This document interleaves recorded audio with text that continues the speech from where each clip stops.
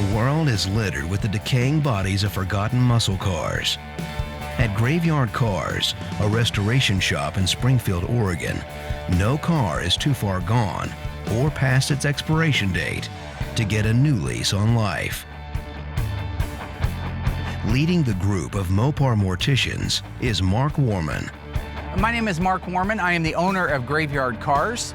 Our job is to take a 45, 50-year-old car, restore it correctly, and have it look the way it did in its former days of glory. At Graveyard Carz, you won't find many mods or aftermarket parts, but what you will see is a team of hard-working technicians dead set on restoring these cars back to their factory specifications. I'm Will Scott. I'm the painter here at Graveyard Carz. I do all the paint work, the cutting and buffing, slight assembly, kind of a little bit of everything, but mainly just stuff in the body and paint shop. My name's David Ray. I'm an assembly technician here at Graveyard Carz. Well, I'm Alyssa Rose, and I'm the lead historian for Graveyard Carz. Hi, my name's Royal Yoakum. Hey, my name's Royal Yoakum, and I show up here at Graveyard Carz just to take my verbal abuse. No, seriously. The restorations I've been helping Mark with since we were kids, really.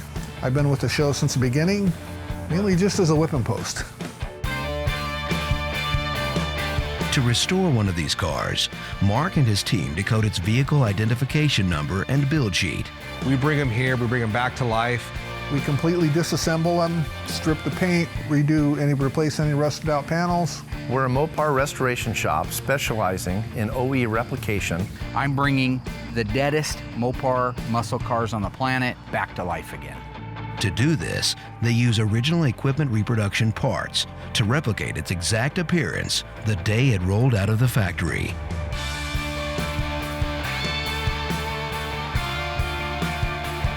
The most powerful cars can't live forever, but a limited number of Mopar muscle cars will get a second chance at life.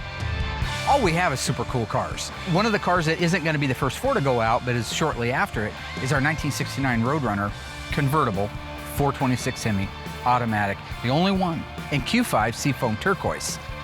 On this episode, the Graveyard Ghouls can install the dash to our 1967 Hemi GTX convertible, the interior to Bill Goldberg's 1968 GTX convertible, complete and install the drivetrain to our 1969 Hemi Roadrunner convertible, and paint the car that started the show, one of 108 ever made, our 1971 Phantom Cuda.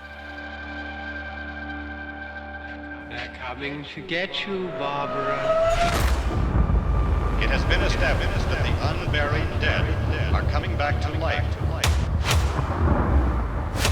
I'm Mark Warman, and together we bring dead muscle cars back to life, to exactly the way they were on the day they were born.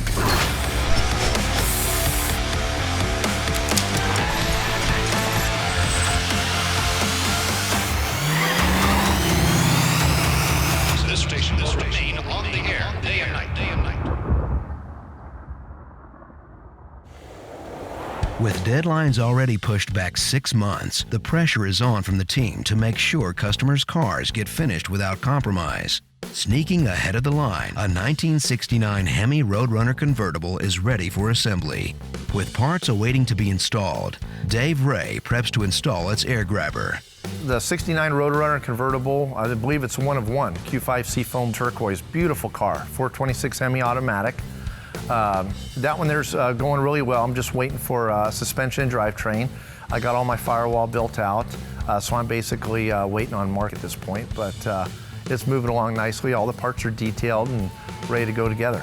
Recently, painter Will Scott applied the final paint to our 1969 Roadrunner convertible. Q5 Seafoam Turquoise is very similar to teal, and it's one of the rarest and arguably the most beautiful color to come from Chrysler. As much as this color is beautiful, it's equally difficult to spray. Reducer, air pressure, airflow, and pattern angle must be precise. Big D? Hey, boss. You see Mickey Doodles anywhere? Yeah, he's running around. You got a minute? I can kind of go over Not if this. it's anything to do with an air grabber, I don't. Yeah, this air grabber setup for you. Oh, God. This is the one, that 69 Roadrunner. And run into some issues. Okay. But I can see there's some spots where it was repaired. So that's going to show. Yeah, that's going to be right in your face, right in the front, and so is this little area here. You can see where it's been replaced. Working with Dave has been great ever since he started. He's a very responsible person. Every minute I've worked with Dave has been a blessing. If he has any questions, he comes to me. But together, collectively, we're able to put these cars together and make them perfect. Okay. I mean, it's the one it started life with, and Yep, and I believe it should go back on the car even if we have to make some compromises. So we have this breakout here that's gonna need color on it. Mark's cool. You know, he's a crack up. I mean, he's fun to be around. He's always, you know, joking around and always playing around and doing the shadow boxing and dancing. The guy is genuinely a great guy. He's got a great heart. I mean, unbelievable the amount of knowledge that Mark Warman knows. I really enjoy working there. Yeah, and These were all rusted really bad, and I went through and kind of scuffed them, getting them back, but some of them were painted black, so. I'm gonna grab Will and just show him while you're still there. Okay. William Santiago. Oh, hey, real quick, I want to go over and show you this air box. Okay. Hey, isn't lead cancer causing when you sand it? Yeah, I wouldn't even waste any time scuffing until I tell you exactly what it is. You told me to sand the lead though. Yeah, you want to sand lead, yeah. But then Ryan told me it causes cancer when you sand it. It can cause cancer. Okay, it's like mesothelioma or something. Working with Mark's, it hasn't been hard. Some people it's harder than others, but I personally don't have a problem working side by side with them. Oh yeah, I tell you should wear a respirator. Well, I've already sanded it.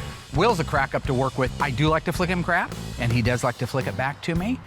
He's just not as quick as I am. Well, that's a little scuff. That's not really. No, I mean. Okay, Mr. Dave pulled me over here. Now, I don't want to paint everything because we're going to lose some of its its authenticity. If you look really careful, you'll see there's white little strands. Fiberglass? It's the fiberglass strands, right? So if we just blast the whole thing to color, I have no doubt you can get the right color with my help. I don't know, I can get the right color, but yeah. So I'm basically just going to go from here over, spot in the color. Where are you wanting to shoot the whole because shot? Because I'm going to do this whole thing. No. Yes, with clear. Yes. With clear, yes. Yeah. Yeah, but you're not saying clear. Yes. Yes, I just said I'm going to spot in my color here, and then I'm going to clear the whole thing. Spot color here. Yeah, I'm going to spot color here. You just get here, that thing going. There's clear, color has to go through here. Remember how you hated the ridge in the middle of the Challenger hood? Here's what Mark's going to do. I'm going to go in there, I'm going to make the color up. It's going to be almost 100% perfect. Because he did his little thing, he's going to come out there and say, well, hey, it's not quite perfect. He'll put like a couple drops of something in it and say, now it's perfect. You're still the boss. So I have no experience to draw from. I'm just a check signer. Yeah, thank you. I think it's kind of cute that Will calling me out like that. Like I'm just a check signer. You know, I was doing this when he was still crapping his pants. I was doing this before he was crapping it. Well, actually, I walked by him the other day and I swear he did crap his pants anyway. So I'm not sure that's it. Let's just say before he was born, I was doing this stuff. Nice earrings. Thank you. You ever thought about wearing earrings, Dave? No. Never thought about it myself. No. I'll be dipped in excrement. That's weird. I never thought about it either. With the air grabber handed off to Will, he can now begin scratch building the color to match the original fiberglass finish. Mark wants to keep as much of the originality as possible, so Will is going to have to put his color tinting skills to the test. All right, so here's what I have. This is a 1683 is our black. We got our 1684, which is our white. We got a 1609, which is a violet, and then the 1634, which is a brown. We've been using PPG for years, so you kind of know ahead of time what it takes to get the color exact. So I'll kind of put these in there, I'll stir it up, check it out, compare it, and then just kind of keep tinting it as I go. And then once the color's ready to go, I can just head in there and start spraying. Mixing the paint from scratch, it's a little more difficult because you can't just type it in your computer and come up with the color that you're looking for. You actually just kind of wing it a little bit, add colors in, so it's a little harder to do. It's a solid color, it's a very common color, so with this particular mix that we're doing, it's not going to be as difficult. Tinted to what he feels is right, it's time to compare it with the original. Meanwhile, Dave found out whether the rivets were a natural steel or black finish. I got with Dave, all these bolts actually stay a natural finish. Dave went out in the graveyard there. I guess we have 2 cars out there that had these on there, so he was able to look at them, and then they have bolts out that were rusted. So that tells you that they weren't painted at all. So what I'll do is I'll end up spraying my color on, and I'll get overspray on them, but I'll come back with lacquer thinner on a rag, kind of wipe them clean, and then end up clearing the whole thing, which will also prevent these from rusting in the future. So we're basically doing exactly what factory did, only it's a little bit better because I'm going to clear coat this whole thing, which will preserve it forever. So if you can get your color, you know, pretty close, you know, which I did there. So that's a pretty good match. That's actually really good. That's 30 times better than Mark could have ever dreamed of doing. So we got this whole thing laid out, ready to go. I'm gonna go in, put my paint in my gun, dust some color around the areas that need it, and then clear coat the whole thing with a semi-flat clear.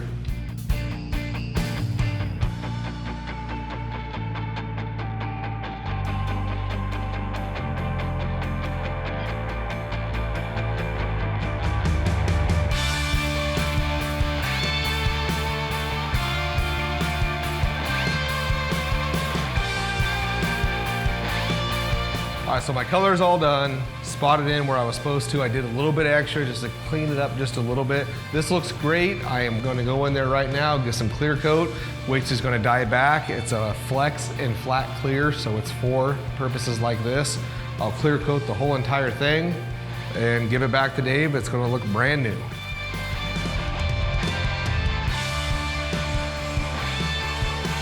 It absolutely looks 100% factory. The clear is right now, we'll go in there and check it out, but it's starting to dye back, so it'll have that nice low gloss sheen that it's supposed to have. So as soon as this is actually all dried up, I'm gonna get it over there to Dave, and Mark is gonna love it. He'll tell you he won't like it, but he's gonna be pretty happy with it.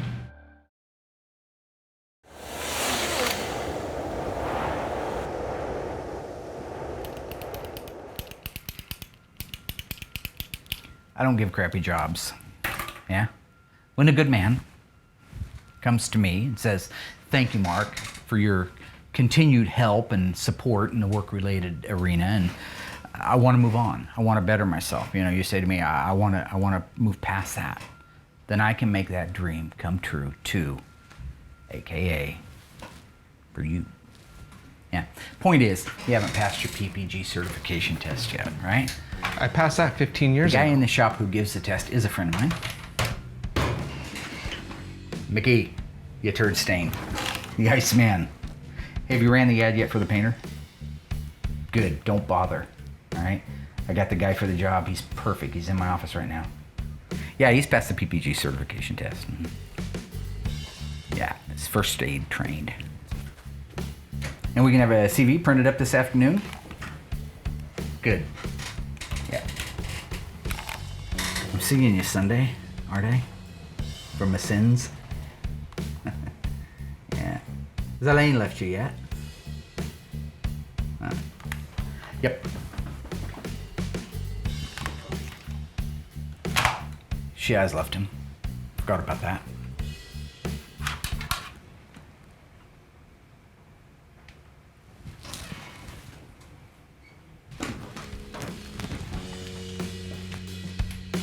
So Mark's here 7 days a week from 8 a.m. to 7 p.m.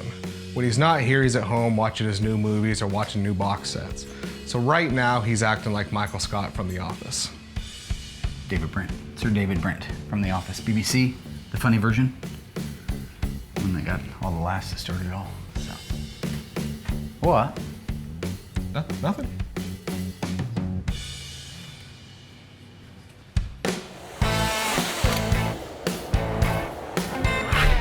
In 1967, Plymouth shook the world up with the gentleman's muscle car, the Plymouth GTX.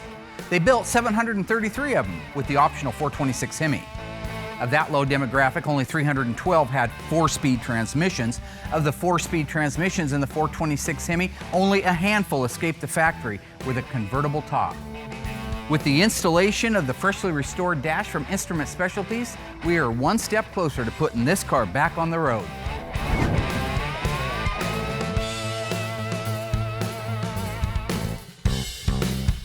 I like the fact that that car's gonna be driven every day. So as far as the interior goes, we just put it back in. The car came here for strictly body and paint. So you're gonna see this car every day on the road. He's gonna be driving it through Vegas. I love this car. All right, got our dashboard back from our buddies. Let's set this back here. Get that. Do that. They do a good job. Underneath it. They do a beautiful job. You Let's got do it. it. Oh, they do beautiful work. Look at that. This is the little button right here that you have to push down if you want to pull the headlight switch completely out so you can take the bezel off. So just remember that if you're ever doing your own car. It's way on the top. It's way past the average human. Of course, I got little arms. I got short little arms. Yeah, but you got to figure too, you're jammed in between the seat, steering column weighing on coming the right back down of the here. floorboard, feet going over the top of the headrest. Colon's oozing stuff out of it from your 50-year-old prostate exam. Anyway, have you got side bolts in place yet? Yeah, side bolts are in place. Okay, and this will go up here. I'll let you get a little. I'm gonna try getting here for you. Yeah, there it goes. Beautiful. There we go. That looks great. Good job. Oh, look at that. The holes lined up perfect. Yeah. Look at that. That's something. Yeah, that's. Oh my. Oh hell yes, I gotta put on my party dress. Looks great. Let's plug it in, baby. Oh God, that looks awesome, don't it? Yeah. Beautiful. I love it. The dash went in like butter. Right now, Dave is installing all the rest of the wiring. He's plugging the plug and plays together where they're supposed to go, chasing them down, putting everything where it needs to be. Here's our goal, all right? Once he gets that dash done and everything wired in place, we're gonna be able to put a battery in it and then we can do a systems check. Convertibles are usually a little more tricky because you got the top motor and some extra electronics and extra, wiring and stuff going to the rear of the car. We have Legendary Interiors coming out here right away to put the convertible top on it, and so they need that top to be fully functional. Of all the systems that have to work when they get here, that convertible top has to, and it's all been rebuilt, it's all been detailed, so it's a multitude of things can go wrong. But if that goes right, they're here, put the top on it, we bolt the interior in it, I call Mr. Torino up, and I make his day and say, your GTX is done, sir. I'm not anticipating any problems, but you never know. You won't know until you get going on it. After the convertible top's on, we bolt the interior in it, and this thing's down the road.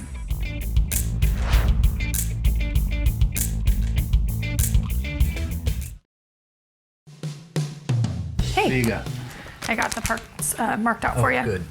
71 Cuda stuff, that's what I'm working on. My dad is great as a dad. He is driven, motivated. Yeah. What do you want me to do for the rest of the day? I don't have much going on. Good news for you. Got a guy bringing over a car, wants to sell it to me. Borrow my tow truck. We'll be here in about 10 minutes. Okay. As a boss, my dad is a little crazy. Stanley Delwyn Lynch.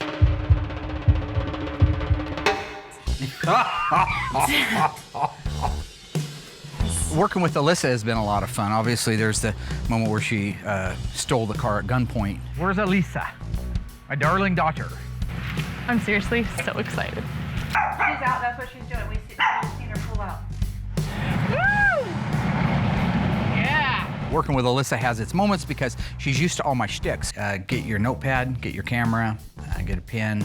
But I also know all of her weak points. So if I want to get to her, I'll just tell her that I think I saw a zit.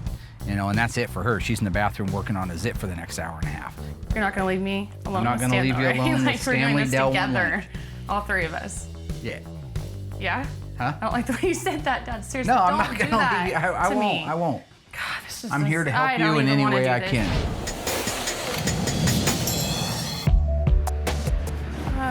Oh, 66 Charger.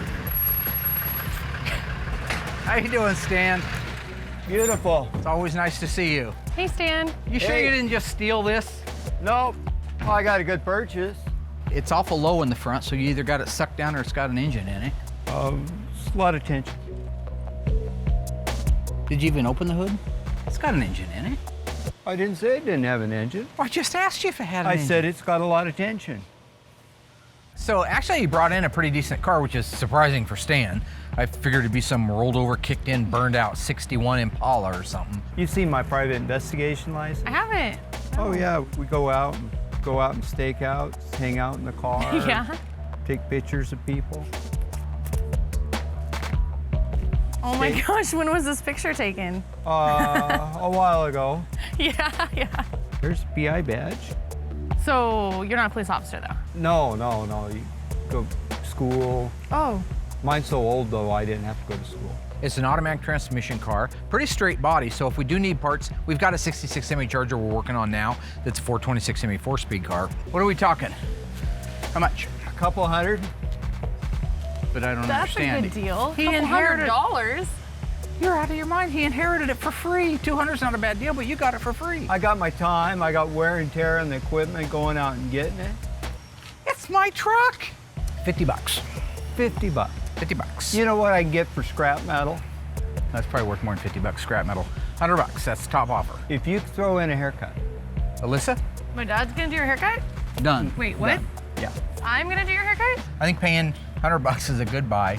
He would have gave it to me. That's the whole thing. I know he wants some brewski money. 100 bucks and a haircut. Yeah, you like cutting his hair though, right? What is that? My lunch. What? It's lunch. Haven't you ever cooked a potato on the motor? That's gonna probably be the last time I go out and do a walk around with my dad when he buys a car, because I'm not gonna get roped in to free haircuts or awkward encounters anymore. I don't think he's into roping. Oh my god. Didn't look like it cooked it very well. Yeah, I learned. It was know what you're- educational. Anyway, enjoyed cutting his hair. I've got a shop to run, as you were. Flism, flasm, Does anybody feel bad for me? flazoo. Anyone? Oh my god. While the GTX was known as the gentleman's muscle car, not in this case. 1968 GTX 444-speed convertible. This is one of only 375 built. This car has manual steering and manual drum brakes. Fortunately, it's owned by former World Wrestling Champion Bill Goldberg. And trust me, it takes a Bill Goldberg to drive a car like that. With the repairs finished on Bill Goldberg's GTX, Dave and Alyssa are going to install the seats and center console. What I pretty much did, I got all the carpet in. It's all cut around the console. The top of the rear seat is in, and everything's prepped and ready to go for the door panels and the rest of the seats. I'm excited. I got Alyssa helping me with this one, so this is going to be cool. What I'm going to have you do is start with this here. I'm really excited to get to work on Bill Goldberg's GTX. It's one of my favorite cars in the shop. Righty-tighty, lefty-loosey. Yeah. Wind up there, so everything looks pretty good. So now we can pop this in, like that. Ooh. So once that goes in, everything else Looks will so kind of follow pretty. suit. Not too bad, huh? Ah. Now it's just a matter of tightening the screws to keep the panels in place. This reminds me of putting model cars together with my dad. Oh, that's cool. You'd think it'd be less intense, like putting a little model car together with him, but It's not, yeah, huh? I think we did a couple together, and then he decided he wasn't going to show me anything in the shop. Oh, right. The model cars, yeah. He It was said- like the intro. Oh, gotcha. Into- So he's like, no, you're not doing that. Yeah, Well- it's stressful enough. I think you're doing just fine. With the window cranks and glass installed, it's time to install the rear passenger seat. See, it goes in and Yeah. then it catches. Let's see where yours is. Oh, you got yours. Did I? Yeah, Hey, yours is in. I thought Score it was first in. try. Awesome. All right, that's it. With the rear passenger seat installed, Dave and Alyssa can install the center console.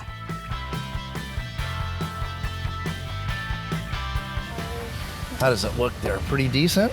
Yeah, it looks good. Nice.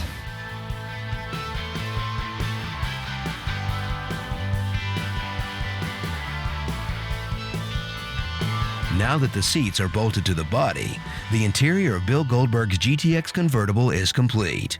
I think it went great. That went awesome. It's so tempting not to just put it into first gear and head Yeah. out, but you know Yeah, what just- happened the last time I did that, so I'd like my privileges back, so I'll be good. Yeah. You want to start it up? Can we start it? Yeah. Just make sure it's Oh, in yeah. neutral.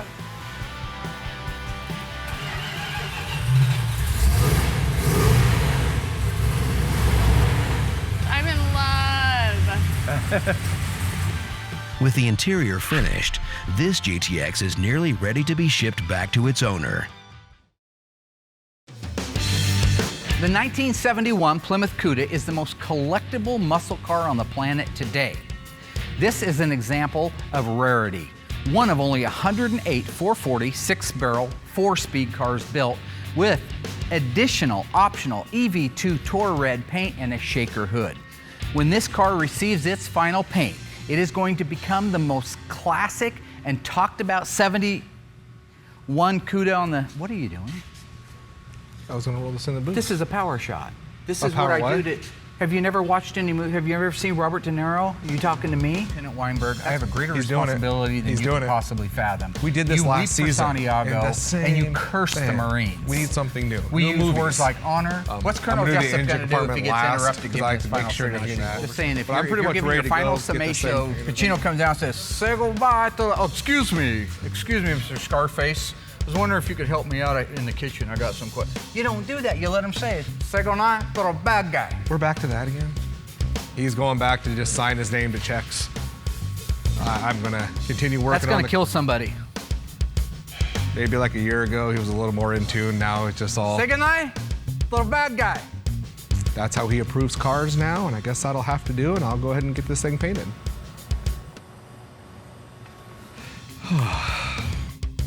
The air grabber for our 1969 Hemi Roadrunner convertible has finished curing. Dave and Allysa have been assigned to get it installed. We got the air grabber back from Will for our 69 Roadrunner convertible, that Q5 beautiful seafoam turquoise paint, one-of-one car. Alyssa's gonna help me put it in. So it's all new to me, I haven't done one yet. Meanwhile, Mark and Mike are building out the massive 426 that belongs inside of the 1969 Hemi Roadrunner convertible. The goal is to get the entire suspension installed. Why don't we start with just getting the carburetors on if you want to put the rear one on. We just got these back from Scott Smith at Harms. Beautiful, beautiful work he does. The original casting plating of the casting is right. He does a phenomenal job, so we've entrusted him with all of our carburetors. Now we're talking about numbers. This carburetor has an F like Foxtrot, an 8, and then it has 4619S. Those actually mean something. It means that they don't just go on there. Any carburetor would run on there, but the right one. So the F represents the month that this carburetor was cast, starting in January with A. So this is June of 1968. The car was actually built April of 1969. So as long as these carburetors precede the build date of the car, then these would be right for the car. The number itself, the 4619, is the correct AVS 4-barrel carburetor for the front. And so if you look at that one, it's got the same thing except with the 4621 behind it. The 4621 means it's the rear carburetor for an automatic. It would be different if this was a 4-speed car. So that's how detailed some of these casting numbers and part numbers can be with their date codes. We do not have the correct date-coded fuel pump for this engine. The owner knows that. The owner is fine with it. He's got several Hemi cars. This was an extra one he had. This is a 1966. And how I can tell it's a 1966 is if you turn it over, you go to the base. This is the base of it. You'll see A6. That's a date code. The A represents January. A always starts with January and then it goes February, so B, March would be C, April will be D, and on. The 6 is 1966, so this fuel pump, while it's been freshly restored and is beautiful, this started life on a 1966 model 426 Hemi. And have you checked to see if the relay rod's in there yet? The relay rod is not in there yet. Oh. This is what we refer to as the setback.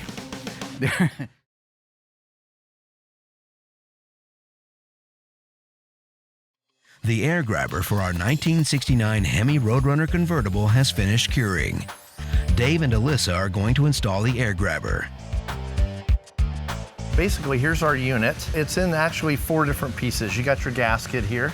Okay. That goes on, and then you got one side of the air box, the center section, and the outside of the air box.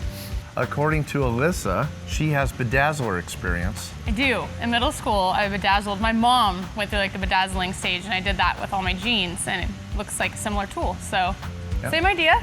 Think we'll be okay. So if all else fails, we're gonna bedazzle it. Yeah. Kind of center this. You can kind of see, I wanna make sure all our holes line up. So open your tool up first, and that rivet should go all the way down. There you go. Leave it open. And then once a little bit bigger than the one I used. I know. Here. And then you want to push that all the way flush. Okay. There you go. And then see if you can squeeze that thing together. Is it working at all?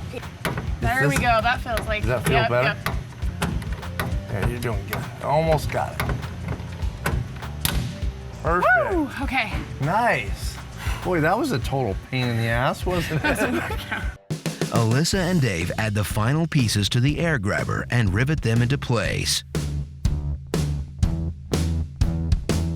My arms are sore from holding up that riveter. Mine too, yeah. Yeah, the bedazzler was not very bedazzling.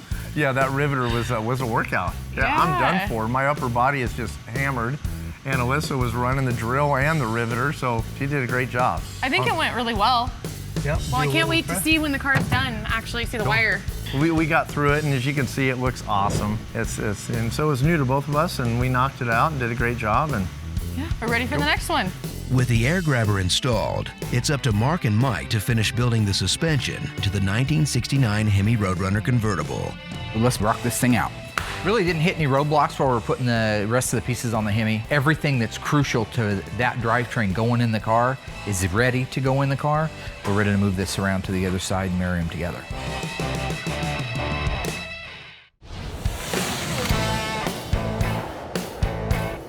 With the air grabber painted and installed, Mark and the Ghouls can now install the 1969 Roadrunner convertible's massive 426 Hemi engine. Okay, let's put the rear end in first to counterbalance it. Nothing like putting an 800-pound valve. That's probably more like 11 or 1,200. oh yeah. You're talking about a Q5 Seafoam Turquoise 69 Hemi Roadrunner convertible. I mean, they only made 7 Hemi Roadrunner convertibles, and it's the only one in Q5.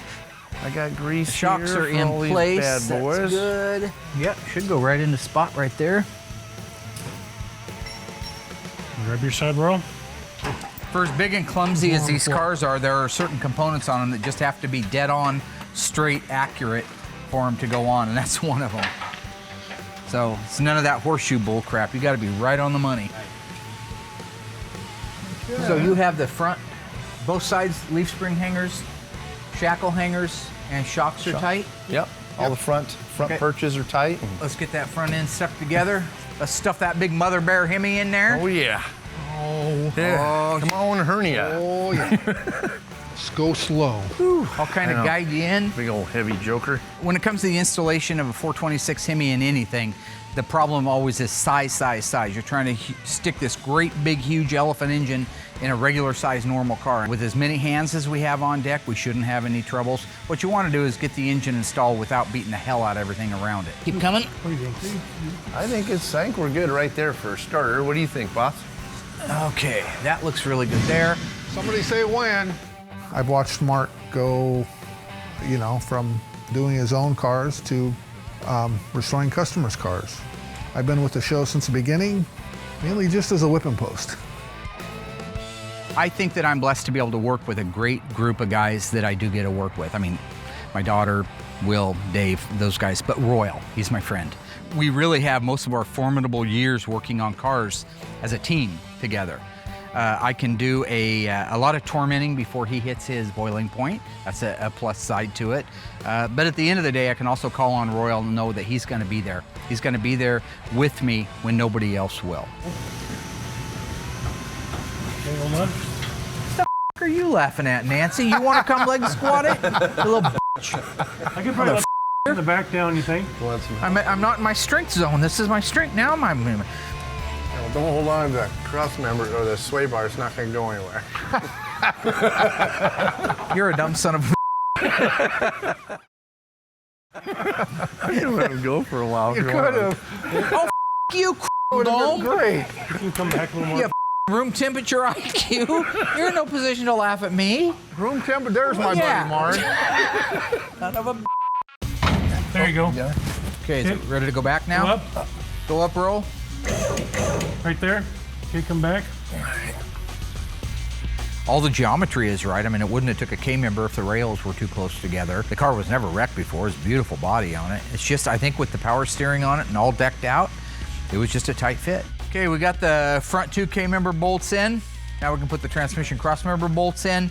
Once that's in, we can raise the car up and put the rear K-member bolts in. And we're finally buttoned up. That's the tightest fit I've seen on a Mopar yet. I think next time I'm gonna end up taking the steering gear, just leaving it off. That's the way to do it. It's just too tight. Too tight. But it's the first 69 Hemi Roadrunner convertible I've done, so sorry. Sue me. Deal. Look at that baby go together. I'm relieved to have it done. That's nice. The owner's going to be thrilled to death. He's going to be excited to see the pictures. All right, great job, everybody. Great job. Nice work. All right. All we have left is some cotter pins we got to put in and the drive shaft, exhaust, and all of a sudden the bottom of this car is going to be wrapped up. Be driving before you know it. With the drivetrain installation complete, it's time to check on the wiring for our 1967 Hemi GTX convertible. Let's kill the lights. Nice. All right. Okay. All right, let's try it. Park first. Yeah, let's run the park. Look at that. We got park lamps in the front. Beautiful. Go ahead and pull the headlights on the rest of the way. Give me a high beam. Okay. Who's going to drive you home tonight? Nice. That's beautiful. Let me check the back. Okay. The worst thing that can happen when you're doing something like this is if somebody's got the wire that goes to like the emergency brake warning light in the actual hole for, let's say, the high beam. Then they're going to work opposite. You hit the high beams and your emergency brake light is going to come on. It's nothing, it doesn't cause a fire. It's just kind of cumbersome because you have to reach up inside and switch things around. Okay, pull them on. Nice. They're evenly balanced, by the way, which they're not always. Usually one's brighter than the other. While the taillights are on, let's hit the brakes. Okay, brakes. What more do you want? Who's the man? You the man. Left hand. Look at that. And you can check out our nice fender marker indicator there. Beautiful. Oh, yeah. Great. Yeah. Let's go to the right-hand side. Wow. Works beautiful. Yep. You already know all that, don't you? Yeah. You're confident. You're a confident man. Okay. Turn the lights on. All right. Woo, beautiful. There we go. All right. So it comes down to this moment. How do you feel confidence-wise? Oh, I'm confident. Of course you are. You don't even worry about it, do you? It's gonna work. Well, I just get worried because of all the hydraulics and stuff. But yep, hydraulics, the motor. Well, I'm green light go. I say ready? hit the top and let's see what we got. Yeah. All right, here we go. Going up. Come on, baby. Come on, baby. Look at that. Looking good. Wow. You did like a bench bleed on it, didn't you? Yeah. Look at that.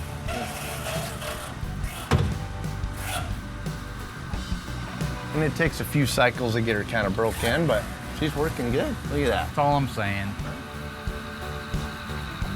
You have just made it into the handful of guys in the world. Wow. Beautiful. It's a nice car. Fantastic work. That's Graveyard Carz, baby. Yep. So one of the cool things that we're doing at Graveyard Carz this year is trying to speed up the assembly process. So what we're building now are frame jigs. This is a unit that will have a series of perches on it. It's a big flat bench. Have a series of perches on it for the, what's he painting? Painting the Cuda? Phantom Cuda? No, I haven't signed off on the, hey! What are you doing? Getting ready to paint? What? No, I haven't signed off on this. Mark signed off on this a while ago. We walked around the whole car, looked at everything, gave me a thumbs up, said it was good to go. No, I didn't. You most certainly did when we were out there looking at it. No, I was starting to sign off on it, and then you started in, and I was trying to show you that I was doing my power intro. So all you right, and then we walked around the car. No, I didn't look at it close like this. You're ready to paint. This is the big one. I am ready to get in there and get orange going. The eyes go in before the name goes on. No, I don't. Are you serious? Who carries around a magnifying glass? I mean, who does? I know why he carries around a magnifying glass. I just didn't think he had it on him ready to inspect my paint job. Okay, Mark, I just want to get to paint.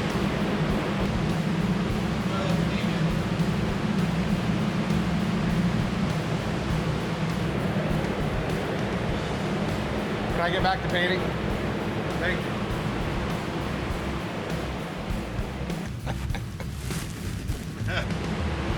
You have my blessing now to go ahead and paint it. I had your blessing 2 days ago. You're welcome.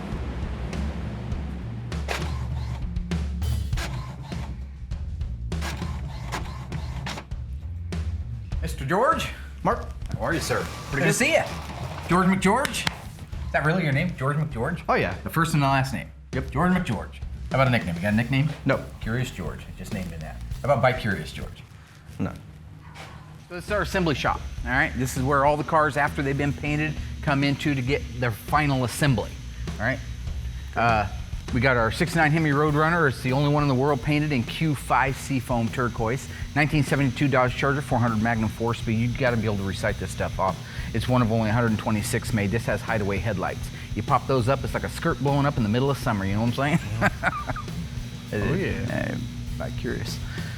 Let's go into the body and paint shop. It was weird having Mark show me around the shop, especially since I've worked here for about 6 months now. This is where you're gonna start. This is your world. This is your castle. This is your area to grow and to blossom into a beautiful flower.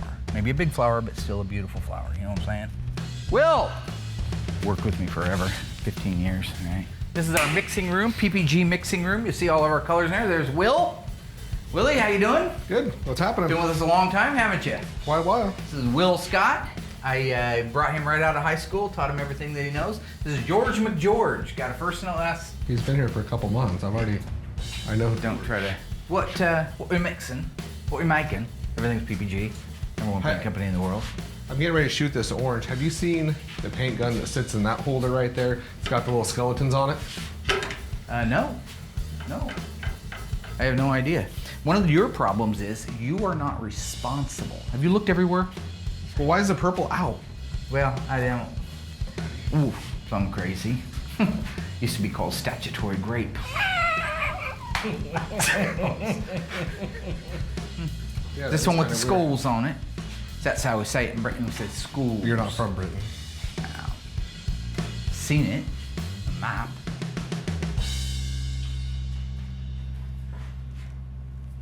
Yeah. What? Oh, that's mental. That's plumb crazy. Why would you do this? Why are you laughing? I guess you might say we painted him in a bit of a corner. Is this the whole stapler and the Jello thing? Only the paint version? Is it what? You know, when I put the stapler and the Jello, it's funny. You put my paint or my gun in no the idea paint. what you're talking about. Look at your hands. Okay. Can we stop with all this? I didn't want to paint you in a corner. This is what we talked about. You need to find a new show. He's gonna get along great around here, isn't he? My curious George, always looking on the other side. No? What is the most important thing in business? Is it the building? Is it the stocks? Is it the profit? No. It's people. It's investment in people. My proudest moment at Graveyard Carz isn't the fact that we could bring back a 71 Cuda 6-barrel car from the dead and have it painted. It isn't putting a dash in 2 GTXs in the interior in one of the famous World Wrestling Federation champions' cars. It isn't the fact that we installed a Hemi in a car. It's not even the fact that I'm leaving a legacy to my daughter that will carry on for generations to come. To me, my proudest moment, it was a young guy, fresh out of tech school, had all his new tools, first time ever in a shop, came up to me and said, "Mr. Warman, would you mentor me?"